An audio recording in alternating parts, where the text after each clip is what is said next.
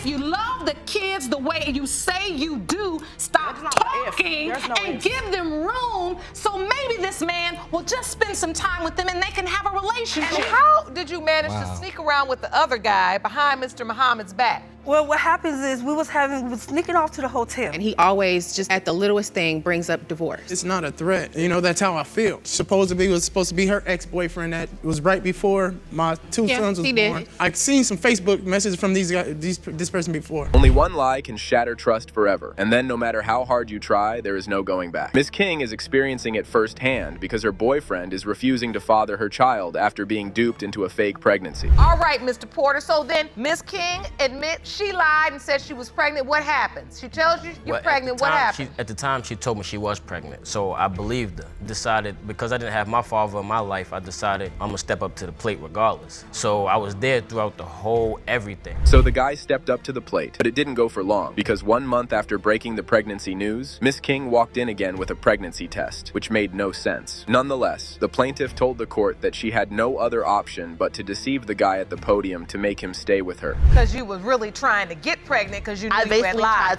Go on, just tell the truth, girl. We already know what happened. You worked real hard at that. Yeah. Because you had already lied. Yeah. Okay, so then you were pregnant, but he doesn't believe that. No, he doesn't believe it. Of course, he doesn't believe you. No day wants to be fooled twice, do they? The alleged baby told the court how just recently the baby's mama told him that she was in love with someone else while they had broken up. Just last night, she dropped the bomb and said when you were off with the other girl, she was messing with somebody else. Correct.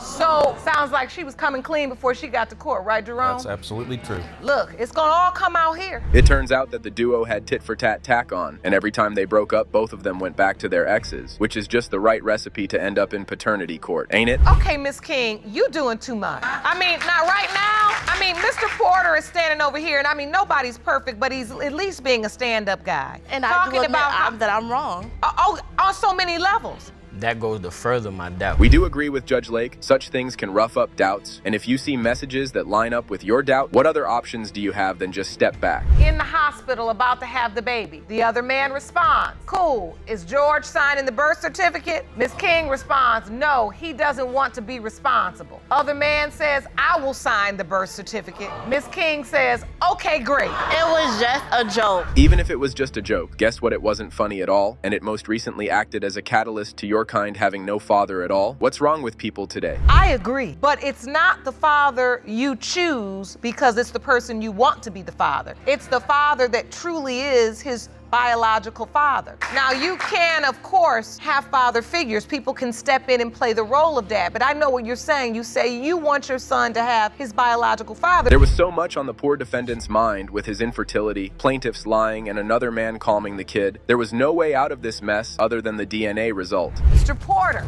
you are the father. Yes. I'm happy. I'm super happy right now. You look happy.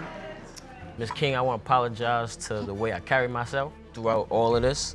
You know what I mean? I can't change the world, but I could change me and how I move. In the episode, Mr. Muhammad has come to the court as he does not want another man to raise his child, while the baby mama is testifying that she is sure of him not being the father as she cheated on him. And you say it's not his baby, Mr. Walton. Yes, ma'am. I say that because during my conception date, I was having more sexual intercourse with the other guy than Mr. Muhammad. And you were having sex with this other guy behind his back, is that correct? Yes, ma'am. After this revelation, Miss Walton told the court that Mr. Muhammad was no angel either, as he also has been riding the same train. But the plaintiffs claimed that these accusations were being made because baby mama wanted him out of the picture. So how did you manage to sneak around with the other guy behind Mr. Muhammad's back? Well, what happens is we was sneaking off to the hotel and having our, relations there. And where were you supposed to be? Where did you tell Mr. Muhammad you were? I told him I was at work. All right. She ain't at work. She ain't at work. I did work because during my pregnancy, I was working 2 jobs. So Mr. Muhammad wouldn't even help me with anything. The couple was giving out quite juicy details on the show, as Miss Walton had both men warped around her finger well, but Judge Lake was beyond this stuff and was was more focused on the issue of conception.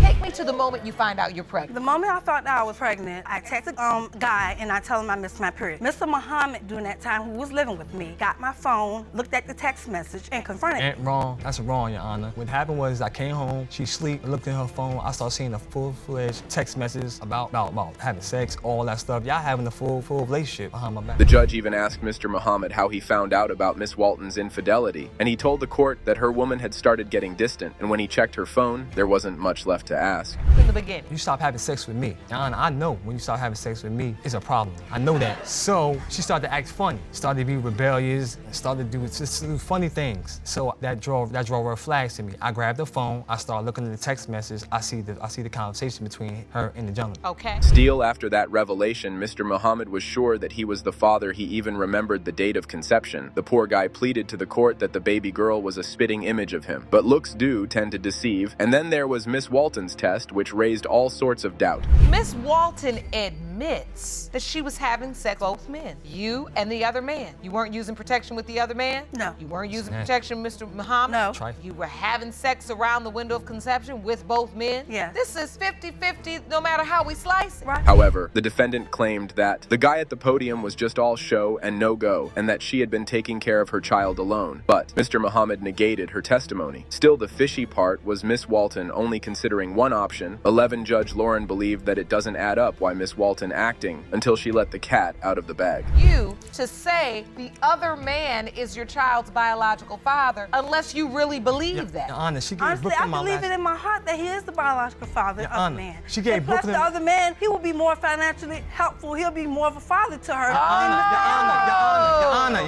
Your Honor, Brooklyn got my last name. He will be the man that will stand up to take care of his child. So the episode where the mommy picked the guy with more money, she would just keep her real dad away for a comfortable lifestyle. Well, you can manipulate your way through life, but you can do that with DNA. Mr. Muhammad, you are the father. Yes. I told you, I know what I'm talking about. I know what I'm talking about, baby. I know what I'm talking about. I know what I'm talking about. Right now, you have 2 children together. Let's stop making this a fight. Do you understand? Yes. I feel like everything between you two is a fight. Your Honor, if she can pay... Mr. Muhammad, you got to learn when to be quiet. Separated but still stirring the drama, Ms. Nazarini sues Mr. Rami for absenteeism and deadbeat daddy status. But the plot thickens as the defendant has his issues to address. Will this family feud ever end? Ms. Nazarene, you are here today to sue your ex-boyfriend, Mr. Rami, for being an absentee father and a deadbeat dad. You say he has caused you and your 2 children much pain and suffering by never stepping up as their father.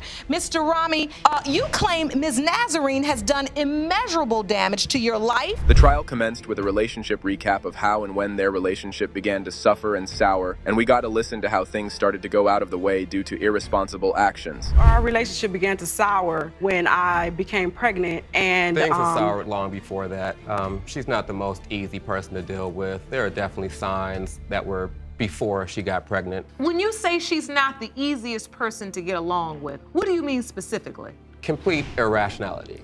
The decision to be overtly angry. Plaintiff has another argument to present against the defendant, and it kinda seems like he was a bonahide to Ms. Nazarene while they were together, and even after being separated, well, she proved her point like this. He and I have had one incident where he stole $500 from me and had me and my baby in a car that had a steering column that fell. Okay, so for the time that we were together, we were artists, and I was young, he was young, and he was my best friend. We tried to reconcile. He never, to this day, he's not kept a job. However, the fact that the baby daddy was irresponsible towards his children was the bone of contention. But Ms. Nazarene was not innocent either, as her arrogant behavior led them apart like this. This is what he said when the judge asked him about putting effort into raising kids. What level of effort have you put forth to take care of the children? Well, first of all, she decided to move to the other side of the country without talking to me about it.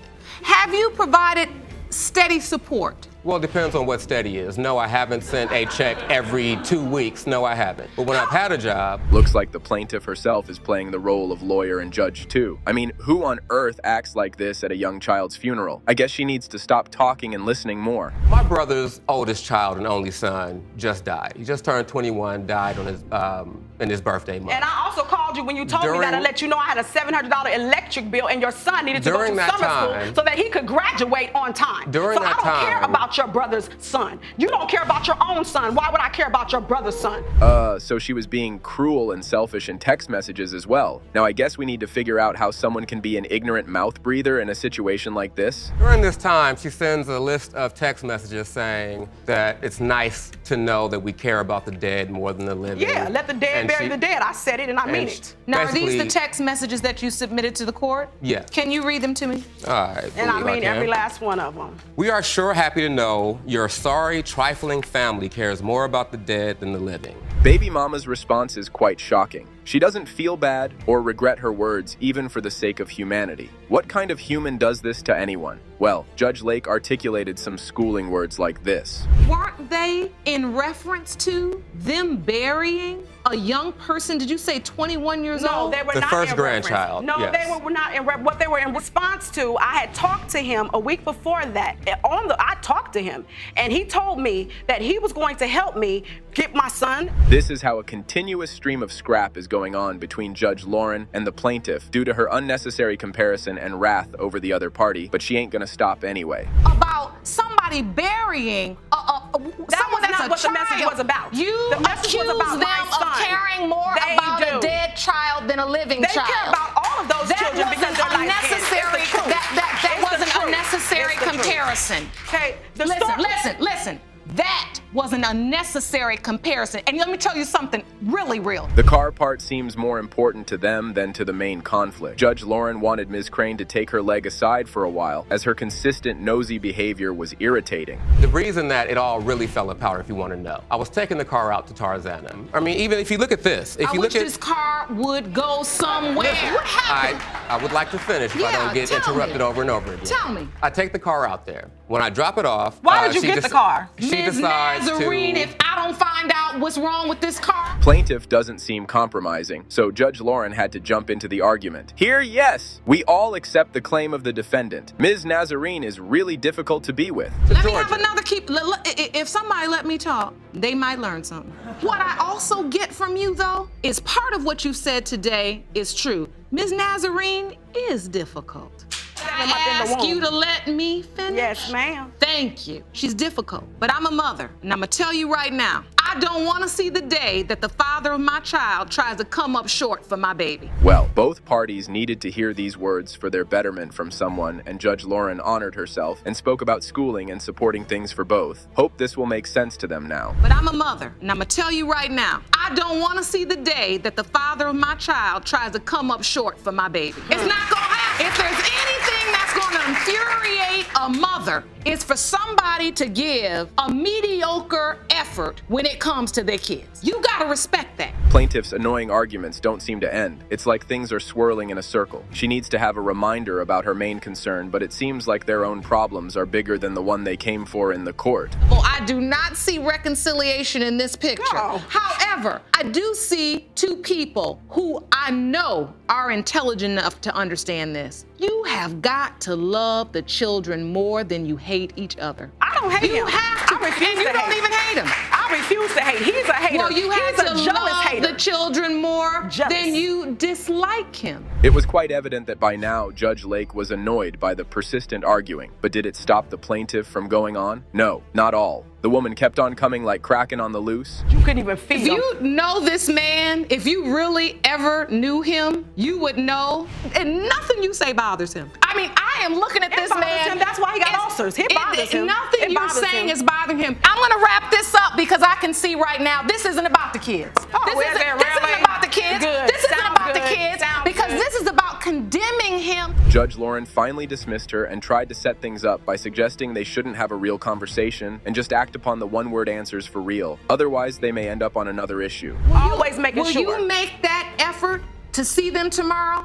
Yes. I don't care if look, you're a writer, but don't write too much Look, it's on the all text. good. Just Yes, say, tomorrow. just That's what I say- want. Just say, hey, what time? That's it.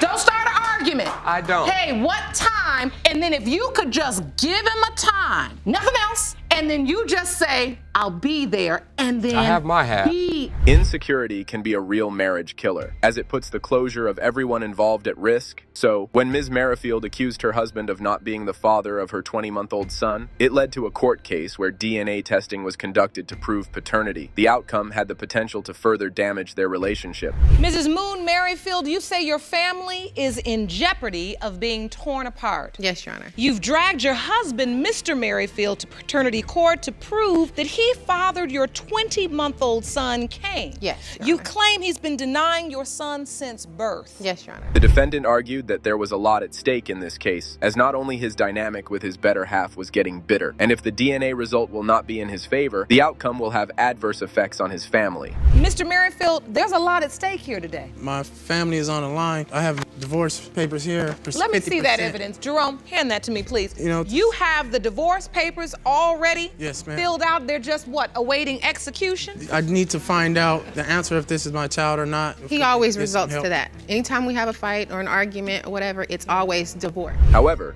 Baby Daddy tried to explain his side about how things got a lot toxic in their marriage. He alleged that he caught Ms. Merrifield with some other dude, and yeah, you can imagine how unbearable it was for the husband. And he always, just at the littlest thing, brings up divorce. It's not a threat. It's, that's how I feel. The reason why we're here in the first place, man, I caught her texting some dude that was supposed to be her ex-boyfriend that was right before my two sons was he did. born. Yeah, whatever. he did. I've seen some Facebook messages from this person before. Well, it Yeah, was he somebody did. else. Nevertheless, Baby Mama opposed his statements. She told the court that the potential father was just bluffing, and his testimony was nothing but a figment of his imagination.